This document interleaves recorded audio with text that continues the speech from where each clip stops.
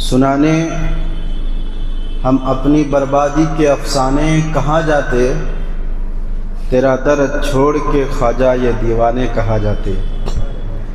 سنانے اپنی بربادی کے افسانے ہم کہاں جاتے، تیرا در چھوڑ کے یا خواجہ یہ دیوانے کہاں جاتے۔ ہمیشہ بھیک ہم نے تو تیرے در سے پائی ہے، ہمیشہ بھیک ہم نے تو تیرے در سے پائی ہے، ہم اپنا دامن امید پھیلانے کہاں جاتے، ہم اپنا دامن امید پھیلانے کہاں جاتے۔ حضرات محترم، آپ سبوں کو معلوم ہے خواجہ خواجگان فخر ہندوستان خواجہ غریب نواز رحمۃ اللہ علیہ کا عرس مبارک بالکل آ رہا ہے۔ آج 5 رجب ہے، 6 رجب کو خواجہ غریب نواز کا عرس منایا جاتا ہے۔ انشاءاللہ انہیں کی بارگاہ میں آج خراج عقیدت پیش کریں گے، ان کی زندگی کے کچھ گوشے آپ کے سامنے رکھیں گے۔ اللہ رب العزت میری زبان پر کلمۃ الحق جاری فرمائے، ہم سبوں کو کہنے اور سننے سے زیادہ عمل کرنے کی توفیق عطا فرمائے۔ حضور خواجہ غریب نواز معین الدین چشتی، جسے ہم غریب نواز کہتے ہیں، اصل میں ان کا نام ہے محمد حسن، یہ آپ کا نام نامی اسم گرامی ہے، اور آپ کے والد کا نام سید غیاث الدین، اور آپ کی ماں کا نام حضرت ماہ نور۔ یہ بھی یاد رکھنا ہمارے لیے ضروری ہے، جن سے محبت ہوتی ہے ان کے تعلق سے ہم معلومات کرتے ہیں، تو ہمیں اور آپ کو غریب نواز سے محبت ہے، ان کے والد کا نام، ان کی ماں کا نام بھی ہمیں یاد ہونا چاہیے۔ خواجہ غریب نواز کے والد کا نام ہے سید غیاث الدین اور ماں کا نام ماہ نور۔ بہرحال خواجہ غریب نواز معین الدین چشتی، آپ سنجر کی زمین پر آپ کی ولادت ہوتی ہے، اور جب آپ بڑے ہوئے، عمر بڑھتی گئی، اپنے پیر و مرشد خواجہ عثمان ہارونی رحمۃ اللہ علیہ ان کی خدمت کیے۔ بہرحال دین کی خدمت میں لگے اور علم حاصل کیے، دین کی خدمت میں لگے۔ آپ جب ہندوستان کی سرزمین پر آئے تھے، اس سے پہلے، ہندوستان آنے سے پہلے آپ مدینے میں مدرس تھے، مسجد نبوی میں آپ درس دے رہے تھے، لوگوں کو پڑھا رہے تھے۔ آپ کی خواہش یہ تھی کہ اب جو میری عمر بچی ہے، میں درس و تدریس کا کام کروں اور مدینے میں ہی رہوں، اور یہیں پر میرا انتقال ہو جائے، یہیں پر میری موت ہو۔ آپ کی خواہش یہ تھی۔ لیکن ایک دن درس و تدریس کا کام چل رہا تھا، سارے لوگ اور بھی پڑھانے والے تھے، اندر سے خادم آتا ہے، اور خادم آ کے کہتے کہ تم میں سے معین الدین کون ہے؟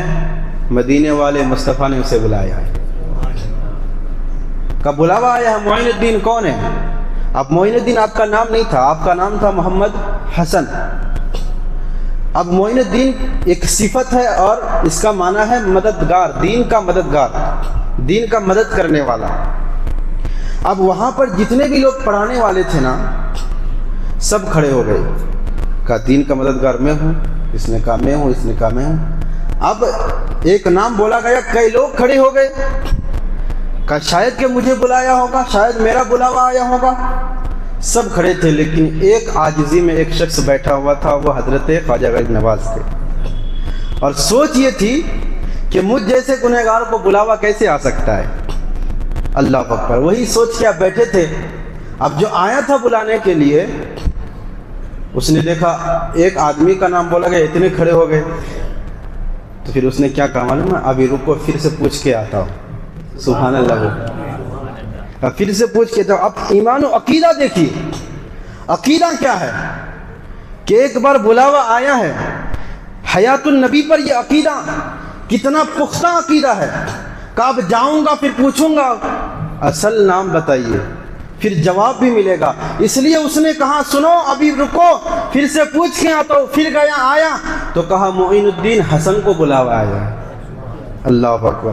بہرحال خواجگان خواجہ غریب نواز معین الدین حسن سنجری رحمۃ اللہ علیہ آپ حضور کی بارگاہ میں گئے اور فرماتے ہیں میں سوچ رہا تھا کہ روضہ رسول کے پاس جاؤں گا، روضہ رسول کی زیارت کروں گا، لیکن فرماتا ہے جب میں گیا تو میں نے جلوہ مصطفیٰ دیکھا، میں نے حضور کو دیکھا، حضور سے بات کی، اور میرے نبی پاک صلی اللہ تعالیٰ علیہ وسلم نے مجھے حکم دیا کہ تمہیں ہندوستان کی سرزمین پر جانا ہے۔ ہندوستان والوں، ہم اور آپ اپنے مقدر پر جتنا ناز کریں نا اتنا کم ہے۔ ہم اس ملک میں پیدا ہوئے ہیں جس ملک کی نشاندہی میرے نبی نے خواجہ اجمیری کو بتایا تھا، یہ وہ ہندوستان ہے۔ روایت الگ الگ طریقے سے ہیں، تاریخ نگاروں نے لکھی ہے۔ ایک یہ کہ میرے نبی نے ایک انار میں ہندوستان کا نقشہ دکھایا، اور ایک روایت یہ کہ اپنے ہتھیلی میں ہندوستان کا نقشہ حضرت خواجہ غریب نواز کو میرے نبی نے دکھایا، کہا ہندوستان جانا ہے اور ہندوستان کے شہر اجمیر شریف میں جانا ہے، اجمیر شریف میں جانا ہے۔ اب ذرا میرے نبی کی شان دیکھے یہاں، حضور نے کیا کہا ہندوستان جانا ہے۔ حضور نے اپنی زندگی میں کبھی ہندوستان نہیں آیا، حضور علیہ السلام نے ہندوستان اپنی زندگی میں نہیں آیا، سفر نہیں کیا، آیا نہیں، اور حضور نے ہندوستان ہی نہیں بتایا بلکہ ہندوستان کے شہر راجستھان میں ایک شہر ہے اجمیر، وہاں جانا۔ اب خواجہ غریب نواز رحمۃ اللہ علیہ نے یہ نہیں کہا یا رسول اللہ آپ نے گئے نہیں، پھر آپ مجھے کیسے بتا رہے ہیں اس شہر میں جانا ہے، آپ کو کیسے پتا چلا ہندوستان کدھر ہے؟ اور ابھی تو ٹیکنالوجی کا زمانہ ہے، آپ اس سے معلوم کر سکتے ہیں کدھر ہے، لیکن وہ زمانہ تو الگ زمانہ تھا کہ آپ کبھی گئے نہیں، ہندوستان کو دیکھے نہیں، ہندوستان کے فلاں شہر کو دیکھے نہیں، آپ نے کیسے نشاندہی کی؟ یہ نہیں پوچھا، کیونکہ غریب نواز جانتے ہیں جو نبی لامکاں تک پہنچ سکتے ہیں، لامکاں تک پہنچ سکتے ہیں، وہ نبی سے ہندوستان کیسے چھپا ہوا ہو سکتا ہے؟ اللہ اکبر۔ بہرحال خواجہ غریب نواز رحمۃ اللہ علیہ نے حضور علیہ السلام کا حکم پاتے ہی ہندوستان کی طرف روانہ ہوئے۔ واقعہ بہت لمبا ہے، میں مختصر کے ساتھ بیان کر رہا ہوں۔ ہندوستان کے سرزمین پر آپ روانہ ہوئے، آتے آتے ایک شہر آیا جہاں اس وقت پرتھوی راج کا داماد رہتا تھا۔ جو پرتھوی راج جو اجمیر شریف میں جو راجہ جس کا واقعہ آپ سنتے رہتے ہیں، اس کا داماد وہاں رہتا تھا، اس کا نام غالباً شمانہ بتایا جاتا ہے۔ وہاں رکے تو جب خواجہ غریب نواز رحمۃ اللہ علیہ نے مدینے سے سفر کے لیے روانہ ہوئے نا، تو علم نجومی کے ذریعے سے یا پھر جادو کے ذریعے سے بادشاہوں کے لوگوں نے یہ اندازہ لگا لیا تھا کہ کوئی فقیر ہندوستان آ رہا ہے۔ علم نجومی کے ذریعے سے، جادو کے ذریعے سے یہ اندازہ لگایا، علم سے پتہ کیا انہوں نے۔ تو بہرحال جب وہ وہاں پر پہنچے جہاں بادشاہ کا داماد رہتا تھا، تو ایک جگہ ٹھہرے تھے، اور آپ کے ساتھ آپ کے چند مرید، آپ کے چاہنے والے بھی تھے حضور خواجہ غریب نواز رحمۃ اللہ علیہ کے ساتھ۔ تو جب وہاں کی جو حکومت تھی، وہاں کے بادشاہ کو پتہ چلا کہ یہاں پر وہ فقیر آ چکا ہے جس کی بات علم نجومی سے ہم نے معلوم کیا ہے، تو پھر انہوں نے کہا کہ ہم ان فقیروں کی دعوت کریں گے، ان فقیروں کی دعوت کریں گے۔ فقیر سے مراد یہ آج کل جنہیں ہم فقیر کہتے ہیں، یہ فقیر نہیں ہے، مانگنے والے کو فقیر نہیں کہتے، انہیں بھکاری کہتے ہیں، ٹھیک ہے۔ فقیر جن کا تعلق میرے رب سے جڑا ہوا ہوتا ہے اس کو فقیر کہتے ہیں۔ فقیر کے پاس ہوتا کچھ نہیں لیکن لوگوں کو ایمان کی دولت بھی عطا کر دیتا ہے، تو وہ فقیر ہوتے ہیں۔ فقیر سے مراد یہ آج کل کی فقیر نہ سمجھے۔ بہرحال ان کو پتہ چلا کہ وہ فقیر جس کے تعلق سے ہم نے معلومات کے علم نجومی کے ذریعے سے وہ یہاں پر آ چکا ہے، تو انہوں نے ایک تجویز کی کہ ہم ان کی دعوت کریں گے۔ وہ لوگ یہ سوچ رہے تھے کہ یہ فقیر لوگ ہیں، کھانے کو مشکل سے ملتا ہے، کچھ بھی کبھی پانی پی کے دن گزار لیتے ہیں، کبھی پیڑ کی پتیاں کھا کے دن گزار لیتے ہیں۔ تو انہوں نے پھر دعوت کی۔ جب خواجہ غریب نواز تک دعوت پہنچائی گئی نا، تو پھر خواجہ غریب نواز معین الدین چشتی نے کہا دعوت قبول کرنا میرے نبی کی سنت ہے، ہم نے اس سنت کو قبول کیا۔ آپ نے دعوت قبول کی۔ بہرحال وہاں پر لذیذ سے لذیذ مزیدار کھانا بنایا گیا، یہ سوچ کے کہ یہ لوگ تو ایسا کھانا کبھی کھایا نہیں ہوگا، یہ لوگ کو ہم کھانا دیں گے، کھانے پر ٹوٹ پڑیں گے، اور اس میں کیا کہتے ہیں لذیذ سے لذیذ کھانا بنایا، اس میں زہر ملا دیا۔ زہر ملا دیا۔ اور سوچ یہ ہے کہ اب کیونکہ علم نجوم کے ذریعے سے پتہ چلا تھا کہ کوئی فقیر آئے گا، اور خاص کر کے پرتھوی راج کی جو ماں تھی اس کے تعلق سے تاریخ کی کتابوں میں یہ بات لکھی تھی، وہ ماں، اس کی پرتھوی راج کی ماں کہہ رہی تھی اس فقیر سے کبھی پنگا مت لینا ورنہ تمہارا تخت و تاج ختم ہو جائے گا، اس سے پنگا مت لینا۔ اللہ اکبر۔ بہرحال تو یہ بات پتہ چلی تھی کہ وہ آ کر کے جو ہے تخت و تاج بگاڑ دے گا، تو انہوں نے کہا کہ یہی پر ان کا کام تمام کر دیں گے۔ کھانا تیار کیا لذیذ، کھانا تیار کرنے کے بعد اس میں زہر ملایا، اور خواجہ غریب نواز نے کیا کہا تھا، ہمیں دعوت تو قبول ہے لیکن ہم جہاں بیٹھے ہیں کھانا وہیں تک پہنچایا جائے، ہم تمہارے محل تک نہیں جائیں گے۔ اس نے کہا ٹھیک ہے، اچھی بات ہے۔ بہرحال اس وقت وہاں کا جو حاکم تھا اس نے کھانا تیار کر کے اس میں زہر ملایا، زہر ملانے کے بعد غریب نواز رحمۃ اللہ علیہ تک پہنچایا گیا۔ حضور خواجہ غریب نواز رحمۃ اللہ علیہ تک جب وہ کھانا پہنچا، آپ نے کھانے کو سامنے رکھا اور کھانے کو ہاتھ میں لے کر دیکھ کے مسکرانے لگے۔ آپ کھانا کو دیکھ کر مسکرانے لگے، اور جو لوگ کھانا لے کر آئے تھے ان سے آپ کہنے لگے سنو، ہمیں دعوت ملی تھی کھانا کھانے کی، اس کھانے میں تو زہر ملایا ہوا ہے، اس کھانے میں زہر ملا ہوا ہے۔ اب ہم اور آپ غور کریں، جو لوگ کہتے ہیں نبی ہمارے طرح، بھائی ہمارے کھانے میں کوئی زہر ملا دے تو ہم دیکھ سکتے ہیں؟ ہماری آنکھوں میں وہ طاقت نہیں، وہ قوت نہیں، وہ نگاہ ہمارے پاس نہیں کہ ہم کھانے میں کیا ملا، زہر ملا کہ نہیں، ہم نہیں دیکھ سکتے۔ لیکن یہ غریب نواز کی شان ہے، زہر نظر نہیں آتا۔ غریب نواز کے سامنے کھانا رکھا گیا، آپ نے کہا مجھے تو کھانے کی دعوت ملی تھی، اس کھانے میں زہر ملا ہوا ہے، اس کھانے میں زہر ملا ہوا ہے۔ سارے لوگ جو غلام جو آئے تھے اس بادشاہ کی طرف سے کھانا پیش کرنے، سب حیران تھے، انہیں پتہ کیسے چلا، پتہ کیسے چلا؟ اور پھر غریب نواز رحمۃ اللہ علیہ نے کہا کھانے کی دعوت ہمیں ہے، ہم کھانا کھائیں گے، جو زہر دیا گیا یہ زہر واپس لا کر کے بادشاہ کو دے دینا۔ پھر آپ نے کیا کہا، جو کھانا آپ کے پاس رکھا ہوا تھا جس میں زہر تھا، آپ نے کھانے کی طرف دیکھا اور کہا کہ زہر الگ ہو جا۔ فرمایا گیا کھانے سے زہر الگ ہو کے جس چادر پہ رکھ کے کھانا لایا گیا تھا اس چادر پہ چلا گیا، کھانے سے زہر الگ ہو گیا۔ اور یہ وہ کرامت تھی، غریب نواز رحمۃ اللہ ابھی آ رہے تھے ہندوستان کی سرزمین پر، اور وہاں پر جب لوگوں نے یہ معاملہ دیکھا، فرمایا گیا اس وقت 700 مذہبی لوگ جو اس وقت وہاں موجود تھے، سبوں نے غریب نواز کی ایک کرامت دیکھ کر کے آپ کے قدموں میں گر کر کے مسلمان ہو گئے۔ اللہ اکبر۔ 700 جو مذہبی لوگ تھے اس وقت مسلمان ہو گئے۔ آپ نے ایک شخص کی طرف نگاہ بھر کے دیکھا، اللہ نے اسے مقام ولایت عطا فرما دیا، اور وہاں کا آپ نے اس کو جو ہے وہاں پر آپ نے وہاں کی حکومت آپ نے اس کو دیا، کہا کہ آج سے تم یہاں ٹھہرو گے، اس لیے کہ یہ میری منزل نہیں ہے، مجھے اور آگے تک جانا ہے، اور آگے تک جانا ہے۔ اللہ اکبر۔ بہرحال خواجہ غریب نواز رحمۃ اللہ علیہ وہاں سے پھر آگے بڑھے، بہت سارے واقعات پیش آیا، یہاں تک کہ آپ اجمیر کی سرزمین پر گئے۔ جب وہاں آئے پرتھوی راج کو پتہ چلا کہ کوئی فقیر آیا ہے، کوئی فقیر آیا ہے۔ اور یاد رکھیے ہمیشہ اہل اقتدار کو اہل حق سے نفرت رہی ہے، اہل اقتدار کو، کرسی والے کو، حکومت والے کو حق والے سے نفرت رہی ہے۔ وہ یہ نہیں چاہتے کہ کوئی حق کا سپاہی میرے پاس رہے، میری حکومت میں رہے، اس لیے اسے معلوم ہوتا ہے، اسے اس بات کا اندازہ ہوتا ہے کہ ہمارے پاس تو اقتدار ہے، کرسی ہے، مال و دولت ہے، لیکن اہل حق کے پاس اس کا کردار ہوا کرتا ہے، اور کردار سے لوگ بہت جلدی متاثر ہو جاتے ہیں، بہت جلدی متاثر ہو جاتے ہیں۔ اس لیے ہمیشہ اقتدار والے کو کردار والے سے جلن ہوتی ہے۔ آپ دیکھیں امام حسین ایک طرف تھے، ایک طرف یزید تھا، یزید کے پاس حکومت تھی، تخت و تاج، دولت و ثروت، سب کچھ یزید کے پاس موجود، لیکن امام حسین کے پاس بس کردار تھا۔ لیکن یزید نے کیوں ٹکرایا کہ اس کے پاس کردار ہے، اس کے کردار سے لوگ متاثر ہو جائیں گے۔ لیکن تاریخ گواہ ہے اہل اقتدار مٹ گئے، ان کا خاندان مٹ گیا، ان کا نام بھی مٹ گیا۔ اہل کردار کی جو ہے تعریف کل بھی ہو رہی تھی، آج بھی ہو رہی ہے، انشاءاللہ قیامت تک ہوتی رہے گی۔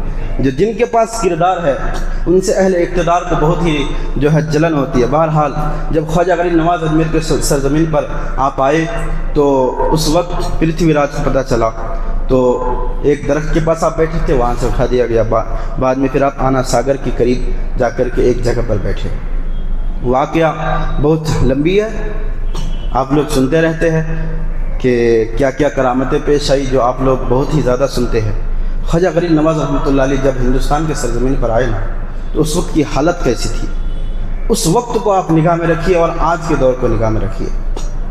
جب غریب نواز رحمۃ اللہ علیہ ہندوستان کے سرزمین پر آئے تو اس وقت سارے دروازے بند تھے، کسی نے دروازہ کھولنا پسند نہیں کیا، نہ کسی نے دل کا دروازہ کھولا نہ گھر کا دروازہ کھولا، کسی نے نہیں کھولا۔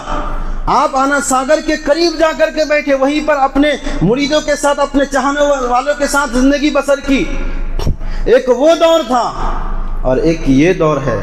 اس وقت کسی کے گھر کے دروازہ نہیں کھل رہے تھے، آج ہندوستان کے ہر انسان، ہر مسلمان کے دلوں میں بسے ہوئے ہیں، آج ہر مسلمان کے دلوں میں بسے ہوئے ہیں۔ اور میں کیا کہوں، جب رجب کا چاند طلوع ہوتا ہے نا تو پھر لوگ گروہ در گروہ اجمیر شریف کی طرف جانا شروع کر دیتے ہیں، اجمیر شریف کی طرف جاتے ہیں۔ ان سے پوچھا جائے کہاں جا رہے ہو، کہا خواجہ نے بلایا ہے۔ یہ نہیں کہتے کہ میں خود جا رہا ہوں، بولتے خواجہ نے بلایا۔ اللہ اکبر، اس لیے کہتے ہیں ارادے لاکھوں بنتے ہیں ٹوٹ جاتے ہیں، اجمیر وہی جاتے ہیں جسے میرے خواجہ بلاتے ہیں، اجمیر وہی جاتے ہیں جسے میرے خواجہ بلاتے ہیں۔ بہرحال ایک وہ دور تھا جب آپ کو کوئی بیٹھنے دینے کے لیے تیار نہیں تھا، اور ایک یہ دور ہے کہ فرمایا گیا ابھی جتنے بھی بڑے بڑے مزارات ہیں سب سے زیادہ پھول اگر کسی مزار پر چڑھائے جاتے ہیں تو خواجہ حسن سنجری حضرت خواجہ غریب نواز کا مزار ہے، سب سے زیادہ پھول اسی میں چڑھائے جاتے ہیں۔ غالباً 3 مرتبہ دن میں پھول ہٹائے جاتے ہیں، پھر بھی پھول سے جو ہے بھر جاتا ہے۔ تو یہ محبت ہے لوگوں کی۔ خواجہ غریب نواز نے ہندوستان میں آ کر کے کیا آپ نے کوئی بزنس شروع نہیں کی، آپ نے کوئی کاروبار شروع نہیں کیا، آپ نے کوئی دوسرے معاملات شروع نہیں کیے، بلکہ وہی مشن جو میرے نبی کا مشن تھا، میرے نبی پاک صلی اللہ علیہ وسلم کا جو مشن تھا۔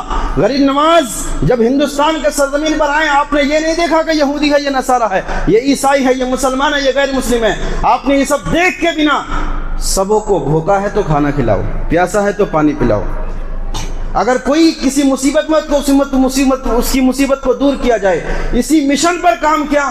پھر لوگ آپ کی طرف آنے لگے، آپ کی طرف آنے لگے، اور پھر ہندوستان کی تاریخ یہ کہتی ہے کہ خواجہ اجمیری نے، حضرت خواجہ غریب نواز نے 90 لاکھ مسلمانوں کو کلمہ پڑھایا ہے۔ اللہ اکبر، 90 لاکھ مسلمانوں کو اسلام میں کلمہ پڑھایا ہے۔ اور آپ نے ایک ایسے کردار پیش کیا، آپ کا اخلاق کیا تھا۔ ایک مذہبی پنڈت آتا ہے مناظرہ کرنے کے لیے خواجہ غریب نواز سے، مذہبی پنڈت ہے، مناظرہ کرنے کے لیے آتا ہے اور کہتا کیا ہے کہ آپ جو دین پیش کر رہے ہیں اس پر میں آپ سے مناظرہ کروں گا، آپ سے مناظرہ آ کر کے بالکل آمنے سامنے ایک فقیر سے آ کے کیا کہہ رہا ہے کہ میں آپ سے مناظرہ کروں گا، اور بہت دور سے وہ آتا ہے۔ خواجہ غریب نواز کا اخلاق دیکھیے، آپ نے کہا ٹھیک ہے مناظرہ کرنا ہے کر لینا، مناظرہ کرنا ہے کر لینا، لیکن بہت دور سے سفر کر کے آئے ہو، تھک بھی گئے ہوں گے، بھوک بھی لگی ہوگی، پہلے کھانا کھا لو، آرام کر لو، پھر مناظرہ کرنے کے لیے آ جانا۔ پہلے کھانا کھاؤ، آرام کرو، پھر مناظرہ کر لینا۔ اب خدا جانے اللہ نے زبان میں کیا تاثیر عطا فرمایا تھا، وہ زبان جس سے کبھی غریب نواز نے جھوٹ نہیں بولا، وہ زبان جس زبان نے کبھی غیبت نہیں کی، جس نے کسی کی چغلی نہیں کی، اللہ نے کیا تاثیر رکھا ہوگا۔ فرمایا گیا ان باتوں میں نہ جانے اللہ نے کیا مٹھاس رکھا تھا۔ آپ نے کہا پہلے آرام کر لو پھر مناظرہ کر لینا، ان باتوں نے اس پنڈت کے دل پر یوں اثر کی، قدموں میں گرا، کہا حضور اب مناظرہ نہیں کروں گا، آپ کلمہ پڑھا کر کے اپنے دین میں داخل کرا لیں۔ اللہ اکبر، وہ مذہبی پنڈت کلمہ پڑھ کے اسلام قبول کر لیتا ہے۔ یہ اخلاق آپ نے جو ہے اخلاق سے لوگوں کے سامنے پیش آیا آپ نے۔ اللہ اکبر، جب پرتھوی راج جو اس وقت بادشاہ تھا، اس نے ایک راجپوت نوجوان کو بلایا، راجپوت نوجوان، اور راجپوت لوگوں کے پاس بڑی طاقت ہوتی ہے، ان کے پاس ہتھیار بھی بہت ہے۔ بہرحال ایک نوجوان کو بلایا اور بلا کر کے کیا کہا، تمہیں بس ایک کام کرنا ہے، جو فقیر آیا ہے نا، جو دن بدن کسی نہ کسی کو اپنے دین میں، دین اسلام میں داخل کراتا ہے، اس فقیر کا کام تمہیں تمام کرنا ہے۔ کہا بدلے میں ملے گا کیا؟ کہا آدھی حکومت تمہیں دینے کے لیے تیار۔ اب لوگ تو یہاں چند پیسوں کے لیے کسی کا جان لے لیں، کسی کی جان لے لیتا ہے۔ ایک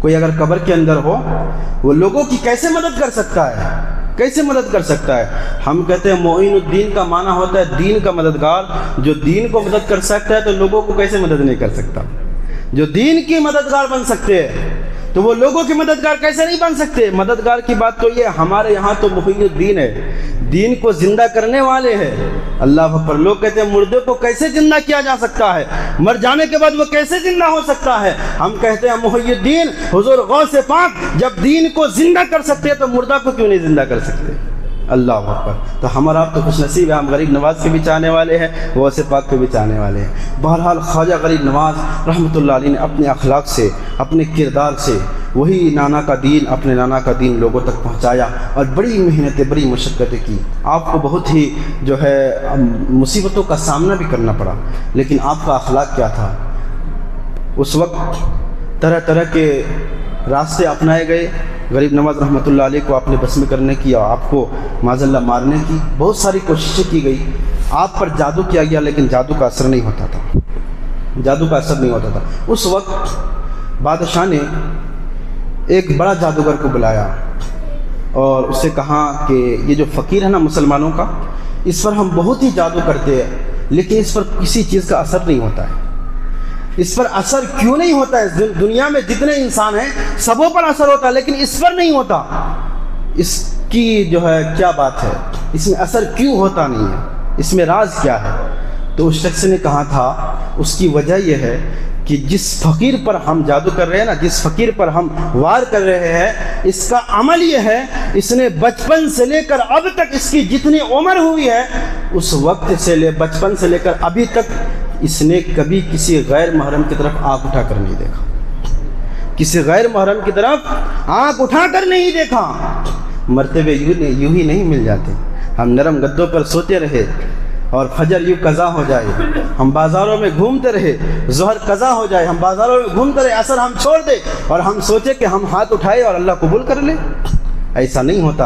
اگر اللہ کی بارگاہ میں مقبول بننا ہو تو رب کی بارگاہ میں آنا ہے، رب کی بارگاہ میں قرب حاصل کرنا ہے، رب کو راضی کرنا ہے. جب رب کو راضی کر لیں گے ہاتھ ادھر اٹھیں گے، اللہ پہلے قبول کر لے گا. تو یوں ہی مرتبے نہیں ملتے. خواجہ غریب نواز رحمۃ اللہ علیہ کے بارے میں اس نے کہا کہ اس وجہ سے جادو کا اثر نہیں ہوتا ہے، اس نے کبھی غیر محرم کو نہیں دیکھا، اور جب غیر محرم کو دیکھے گا اس کی نگاہ ناپاک ہوگی تو پھر اس پر جادو کا اثر ہو جائے گا. تو اس نے اب کیا چال بنایا، کیا مشورہ کیا سبوں کو لے کر کہ اب اس کی نگاہ کو ہم پہلے بھٹکائیں گے. نگاہ بھٹکے گی، ہم جادو کریں گے، جادو کا اثر ہو جائے گا. خوبصورت حسینوں کو لایا گیا، خوبصورت لڑکیوں کو لایا گیا، لیکن فرمایا گیا ساری عورتیں آتی خواجہ غریب نواز کے سامنے آ کے ناچتی، ناچتے ناچتے ان کی پنڈلیاں تھک جاتی، ان کی پنڈلیاں ٹوٹنے لگتی، بعد میں پھر واپس چلی جاتی. لیکن غریب نواز کبھی کسی کی طرف نظر اٹھا کے نہیں دیکھتے.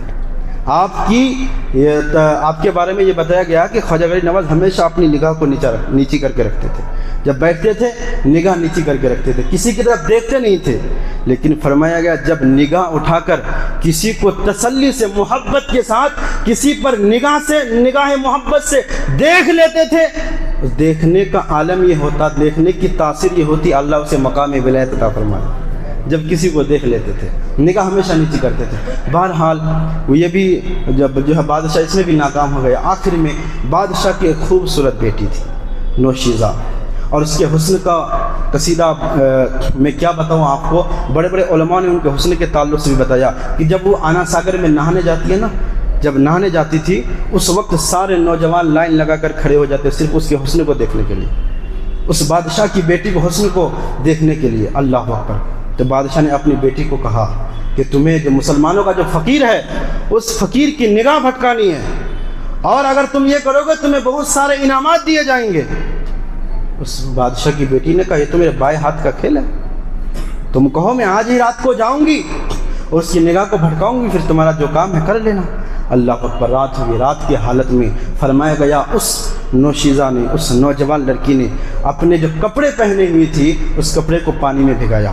تفصیل کے ساتھ نہیں بتایا. اب جو عورت کسی کپڑے کو پانی میں بھگا دے پھر اس کے حسن دیکھنے کا وہ کچھ اور ہی لگتا ہے. بہرحال وہ حسن کیسا حسن والی، وہ حسن والی بھی بہت زیادہ تھی اور کپڑے میں بھی بھیگ گئی، کپڑے سے جسم بھی بھگا لیا. اس کے بعد غریب نواز رحمۃ اللہ علیہ کے پاس جاتی ہے، خواجہ غریب نواز رحمۃ اللہ علیہ کے پاس جاتی ہے اور جا کر کے وہاں پر جو اس نے دکھانا تھا وہ دکھایا، لیکن میں نے کہا کہ غریب نواز نے اپنی نگاہ نہیں اٹھایا۔ خواجہ غریب نواز نے اپنی نگاہ اٹھا کر اس خوبصورت نوشیزہ، اس خوبصورت لڑکی کی طرف نظر بھر کے نہیں دیکھا، نگاہ بھی نہیں اٹھا کے دیکھا۔ اب یہ رات بھر ناچتی رہی چاروں طرف، لیکن غریب نواز نے ایک نگاہ بھی نہیں اٹھا کے دیکھا، ایک بار بھی اپنی نگاہ اٹھا کے نہیں دیکھا۔ اب یہ سوچنے لگی یہ تو اب میرا مذاق بن گیا، جب میں نہانے جاتی ہوں تو لوگوں کی لائن لگ جاتی ہے، لیکن یہ کون ہے کہ میری حسن کا یہ مذاق نہیں تو اور کیا ہے؟ رات بھر آ کر کے حسن کو دکھانے کی کوشش کر رہی ہوں لیکن یہ دیکھ بھی نہیں رہا۔ اللہ اکبر۔ بہرحال آخر میں وہ کہتے ہیں کہ اے فقیر، آخر تمہیں کیا ہو گیا؟ تم کبھی نگاہ اٹھا کے مجھے کیوں نہیں دیکھتے؟ میرے طرف دیکھ کیوں نہیں رہے ہو؟